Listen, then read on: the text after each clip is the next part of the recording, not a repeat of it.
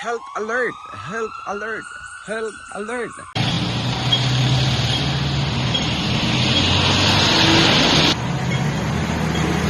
Welcome back to my channel at Justin Dasit Channel. Health alert! Health alert! Health alert! So, ayun yung aking spiel ngayon, health alert. Kasi pupunta tayo ngayon sa isang kilalang merong gumagawa na steam bath.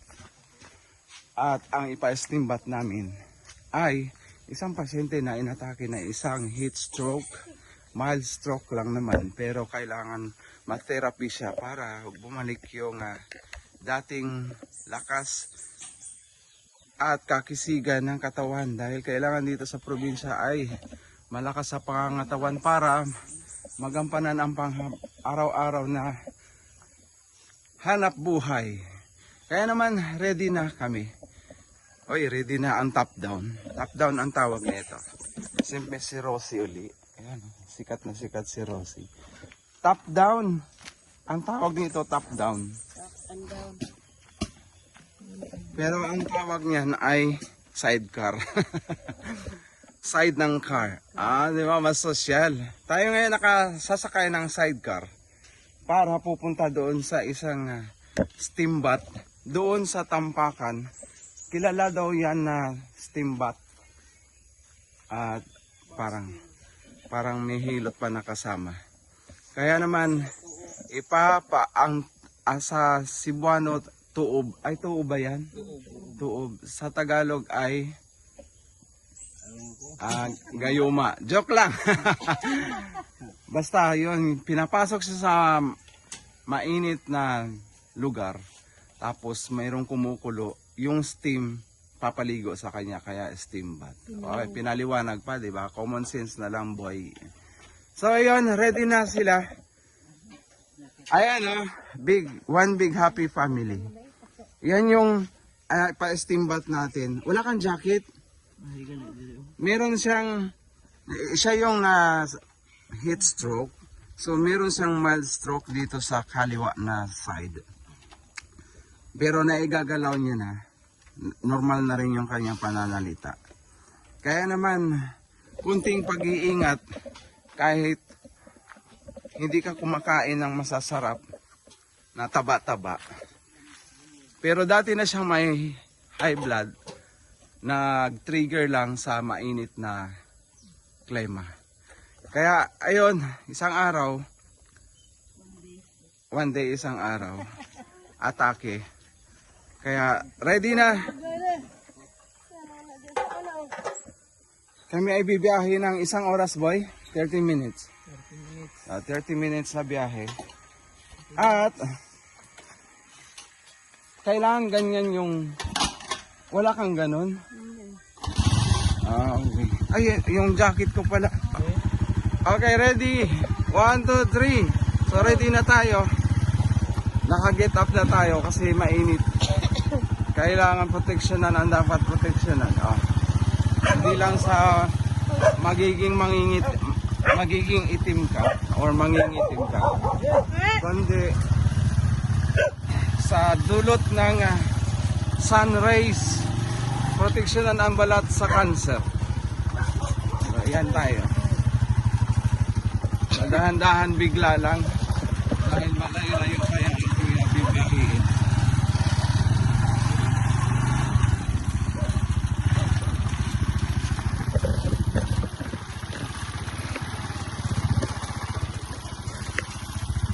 So narito kami. Go! Diba? Shout out! Shout out sa mama, dra. Mama! Sinong mama mo?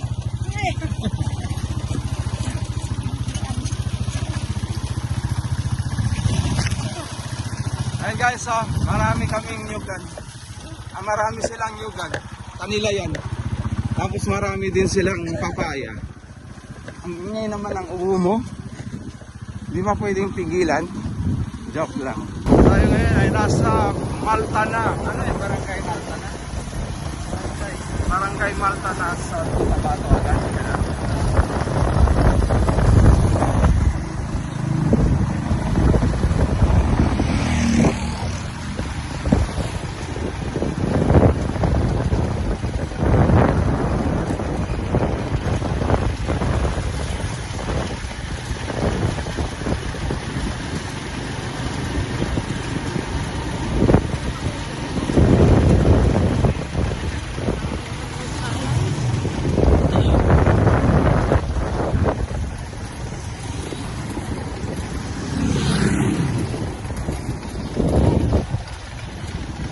Dito naman sa bandang kaliwa ay ang Barangay Kipalbig, South Cotabato. Tampakan, South Cotabato.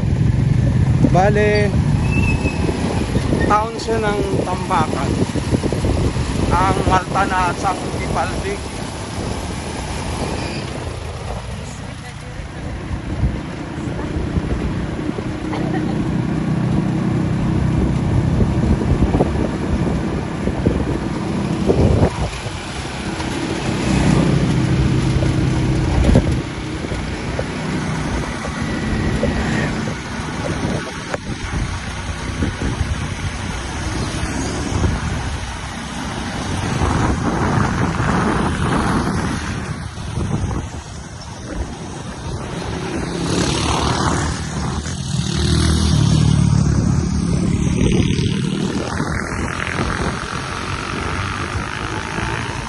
Ang lalakas sumatak ng mga Rossi dito. Hoy!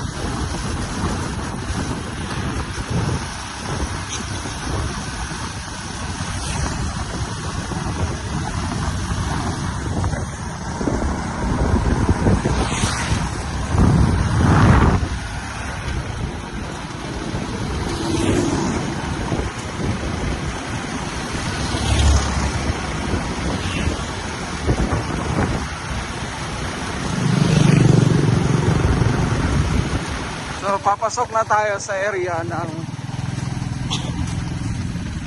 location ng kung saan ang steam bath.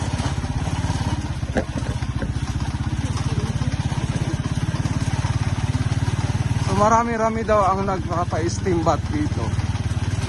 Usually, yung mga may kaso sa hypertension at iba't ibang klaseng sakit. Ang steam bath ay nakapokus yan sa isang nervous system ng katawan ng tao. So mga nerve ang dapat ginagamot ng mga steam bath.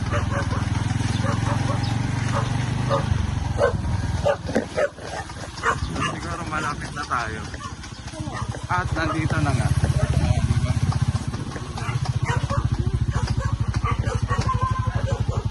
So, narito na tayo sa steam bath area. Isa ito nga, private na bahay. Ay, first time natin sa sidecar.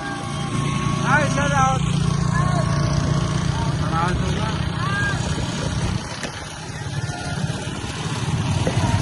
Hello? Sa maniwala kayo sa hindi. First time ko, ayan, yan. First time ko sumakay ng ganitong klaseng sasakyan. Ang tawag nila ay top down sidecar. Baka sabihin nyo kung saan ba ako galing. Mayaman. Dito talaga wala kami noon nito. Yung ganitong klaseng sasakyan. Oh, ang nakasakay niyan dito dati, kapag mayroon ka ng ganito, mayaman ka na dahil isa kang taong negosyante na bumibili ng baboy or baka. Pwede ito pagkasya ng baka or baboy. So yan yung istorya ng buhay. Kapag mayroon ka nito dati, mayaman ka na, lalo pag mayroon ka ng motor. Kasi sa hirap ng buhay noon, kahit bisikleta ang hirap bilhin. Ganon. Pero ngayon ang saya. Ang saya dahil meron na lahat, accessible na ang mga tao. Kaya kapag bibili lang ng candy dyan sa tindahan, na siyempre naka-top down na. Wow, di ba? Yayamanin na. Guys, hindi yan akin. Hiniram lang namin yan. Dahil nga sa isang pasyente na kailangan dalhin sa isang steam bath. Yo, dami ko ng kwento, pero yan yung reality kwento ng buhay dito sa probinsya. Kaya naman tara na, bili na tayo ng candy.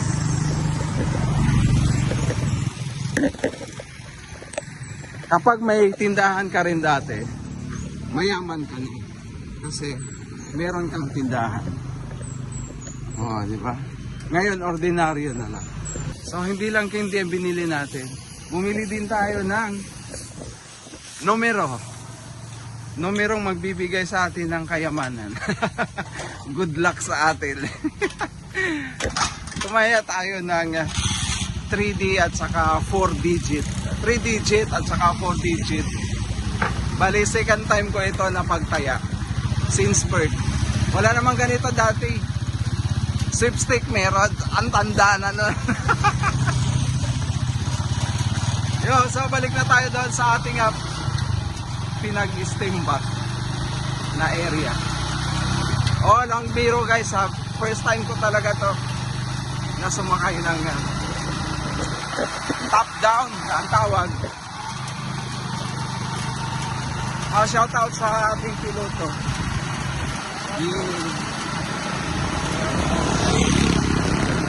Proud piloto. Woo!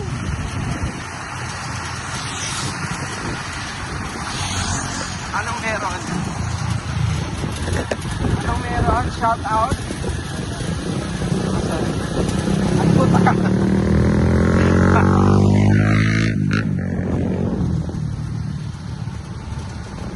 Tuloy-tuloy lang ang biyahe. Ay. Sorry naman.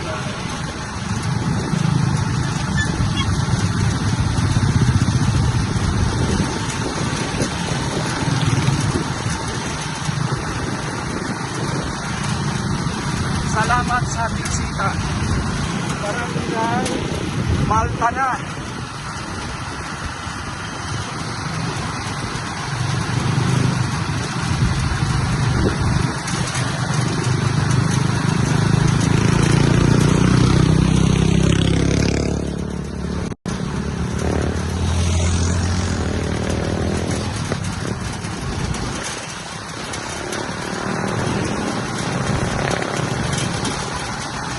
Ay, balikan ko lang yung pagtaya ko doon sa 40 at sa 30. Dahil, saan tayo? Lumipo na agad. O, di ba? Dahil, hindi natin inaakala na meron palang tayaan doon, kaya tumaya na tayo. Try natin ang good luck sa isang bagong lugar. Yeah, boy. Sana tumama tayo. God willing.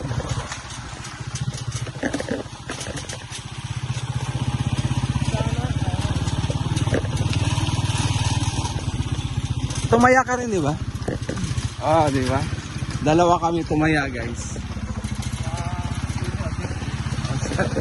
Pero nanalo ka na dati. Oo, nanalo na. Bawing-bawi na. Ako, mananalo pala. Yun, i-claim natin yan dahil ganyan talaga ang buhay. Maging positive. So sa ngayon, ang pasyente namin ay nakasalang na sa isang steam bath. So, di ko naman sinabi kay ate na pwede ako mag-vlog. Pero, nagtanong-tanong ako sa mga nauna. Dati pinapayagan may vlog ang isang vlogger sa loob ng steam bath. Pero ngayon ay hindi na siya pumapayag. Siyempre, opinion, discretion na yun ng steam bath owner kung papayag siya o pwedeng mag-video sa loob. Pero sa ngayon, hindi na siya pumapayag dahil siguro sa rights niya yun. So ngayon, ang pasyente namin nandun na salang sa steam bath. Ang isang steam bath ay tumatagal ng 45 to 1 hour. Tapos habang kumukulo yung pot, nandun siya sa isang covered na kwarto para yung steam papasok doon sa kanyang kinaupuan. Tapos nakalabas lang yung kanyang ulo. So yun, tatagal yun ng 45 to 1 hour ang kanyang pag-steam bath. So sa loob ng pot kung saan pinapakuluan, nandun yung iba't ibang herbal leaves, kagaya ng mga tanglad, sambong.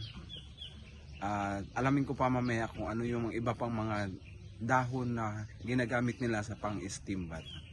So pagkatapos ng steam bath, lalabas yung pasyente para i-massage naman yung kanyang mga nerve or i-masahe or may kasamang hilot. So yun ang nangyayari sa isang steam bath kung kayo ay pupunta dito sa Tampakan para magpa-steam bath. So ang steam bath ay ginagawa sa mga taong mayroong problema sa nerve, kagaya ng stroke, lagnat, pwede rin, nagtatanggal din ng mga colds at saka mga iba pang mga nervous system problem. Alright, so titingnan natin mamaya yung pasyente natin paglabas.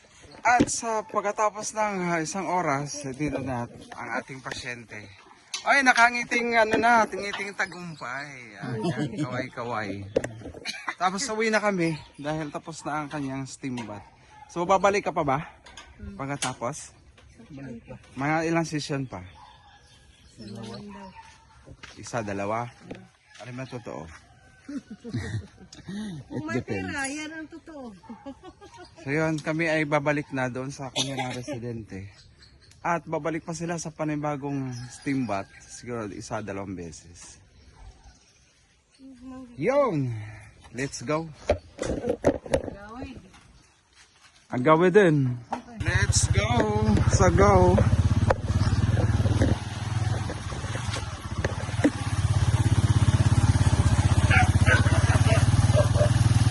Yun yung ating get up.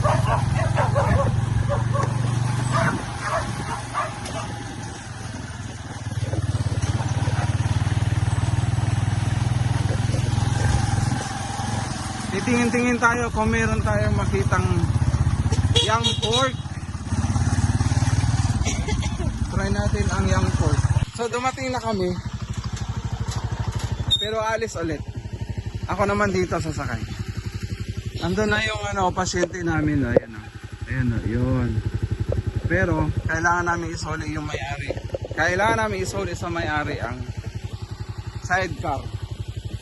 Kasi gagamitin daw. Tara, let's go.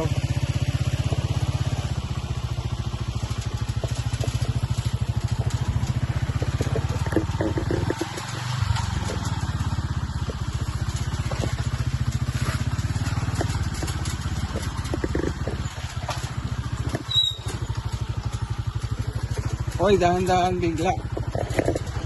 Hoy.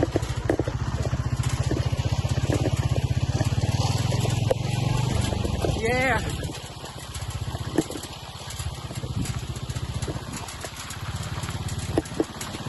Para ito yung kaninang picture, paulit-ulit lang. Oh. Ang oras ay alas 12:20 na. Walang tigil to. Ay, hindi atin tong sakyan.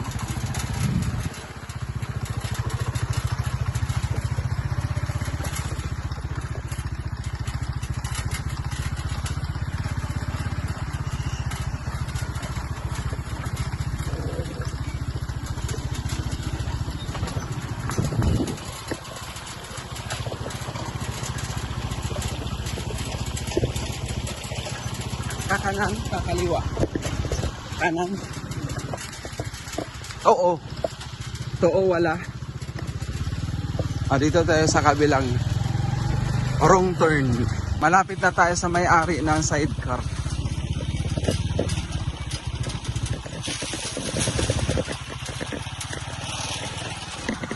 Opo na pa. Guys, itong puno na yan, sapa. Ng saging, tapos ibang variety ng papaya o malalaki.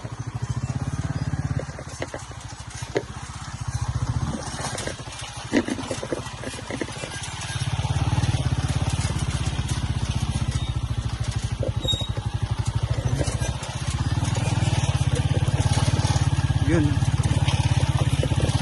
ito na yung may-ari ng sidecar. Pangdaas na.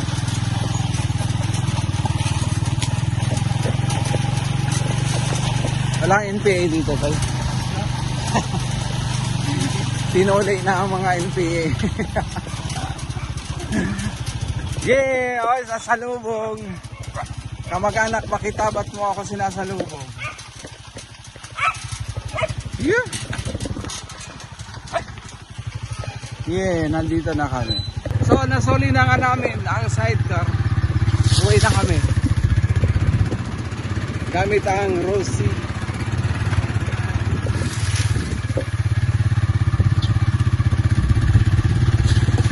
Rosie lang, saka lang. Rosie 125. Yes, sir. Doon na ay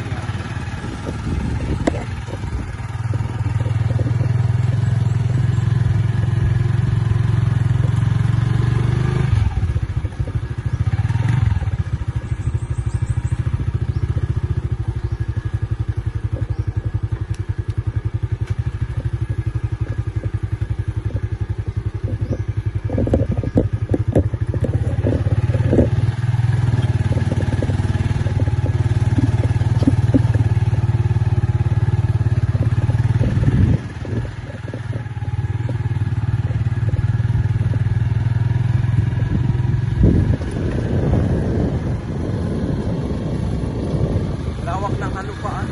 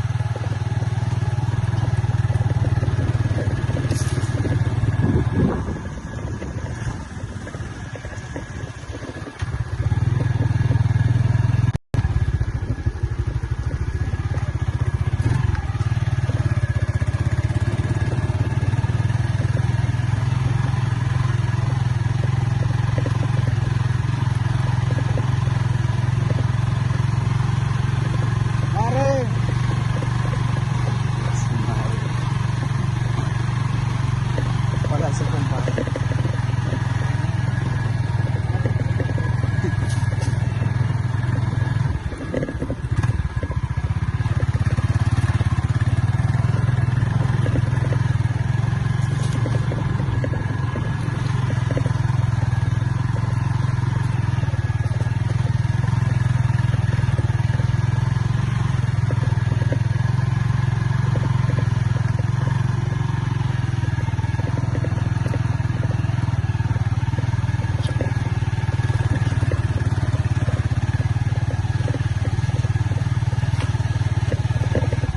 Lesson learned sa ating health alert.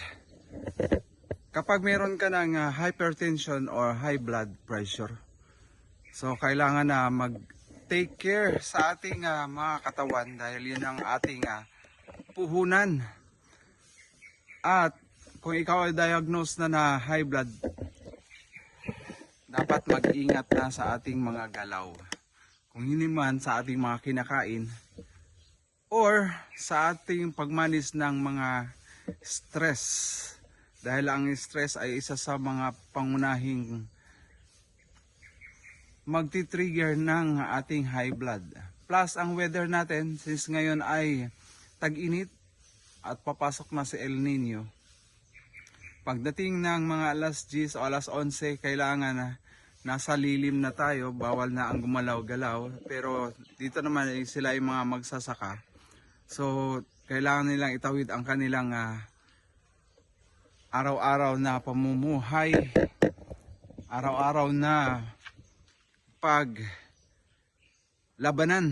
araw-araw na labanan.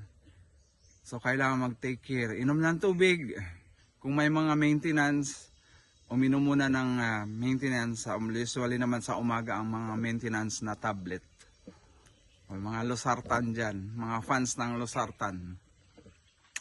So yun, para maiwasan ang mild stroke or ang stroke. Dahil kapag yan ay umatake na sa ating katawan, chances are less chances na magkaroon ka ng normal na pagkilos. Dahil usually ang pag-atake ng isang high blood pressure ay minsan stroke ka na, paralyzed na ang sunod. So ang nangyari sa akin, sa pasyente namin ay mild stroke. Kaya naagapan yung kanyang paralyzed. So yun, at dito na magtatapos ang ating vlog sa ating health alert vlog with matching travel. Nag-travel tayo para mapuntahan ang isang steam bath practitioner. Alright? So ingat-ingat. Bye-bye.